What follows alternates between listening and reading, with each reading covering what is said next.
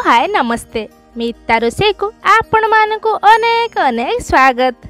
आज पवित्र ओडिया नववर्ष बा पणा संक्रांति केही याकू छतुआखिया संक्रांति मध्य कही थांती। आज आमे सेही संक्रांति स्पेशल छतुआर पणा बनेबा। फास्ट किछि कोला बुट को भल भावे भाजी नेबा। बुट गुड़िक फुटी गला परे आउ टिके कलर चेंज हुई गले आमे गोटे पात्र को बाहर करी ठंडा करी नेबा। ठंडा हेबा परे ग्राइंडिंग करी नेबा। ग्राइंडिंग होई गले चलेई नेबा। खदड़ा गुड़िक चलारे रही जिवो। एबे आमे डब्बारे स्टोर करी रखि परिबा। गोटे पात्र रे आमे सेई छतुआर 2-3 चम्मच पकेई नेबा। खीर को पकेई नेबा। एबे ता ऊपर काटी रखिथिबा कदली नड़िया गुड़ आउ किछि भी फल आपण ऐड करि परिए। मु एठी नेछि अंगूर आउ टिके सुंदर देखाबा पई आमे चेरी को चुन चुन करी ता ऊपर पकेई नेबा। एबे देखंतु हमर रेडी होई गला छतुआ पणा।